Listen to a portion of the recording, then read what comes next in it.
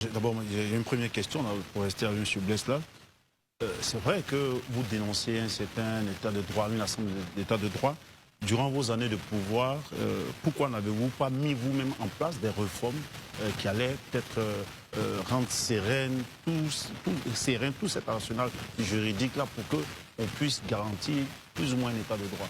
Vous savez, nous, dans ce pays-là, on nous connaît comme des combattants de la liberté et de la démocratie. Nous nous sommes battus pour qu'il y ait des urnes transparentes en Côte d'Ivoire. Nous nous sommes battus pour que le vote s'efface à l'âge de 18 ans. Nous nous sommes battus pour l'institution d'une commission électorale qui soit indépendante. Nous avons mené des batailles et nous avons eu des grandes victoires. Donc le problème, je reviens là-dessus, n'est pas ce qui est écrit même dans la Constitution, mais c'est l'utilisation qu'on en fait. Je vous donne un exemple, je reviens là-dessus.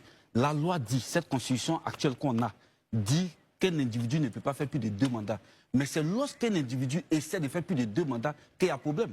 Donc le problème ne réside pas dans la Constitution, mais le problème réside dans la volonté de respecter ou non les tests chez certains individus. Ceux d'en face disent par exemple que nous sommes dans une nouvelle république donc, qui remet à plat l'ancien national constitutionnel. Avec tout le respect que je leur dois, je pense que c'est de la mauvaise foi.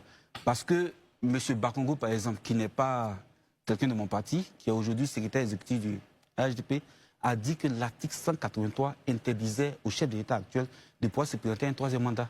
Il s'est appuyé sur l'article 55, il s'est appuyé sur l'article 183. Le ministre de la Justice, allant défendre la Constitution devant les députés, a dit qu'il pouvait prouver techniquement qu'il était impossible au chef de l'État de se représenter à un 3e mandat. Il y a eu donc une attitude dolosive de la part des tenants du pouvoir. Ils ont trompé le peuple pour les emmener à voter une Constitution alors qu'ils savaient bien qu'ils avaient un plan derrière la tête. Monsieur Kokwa.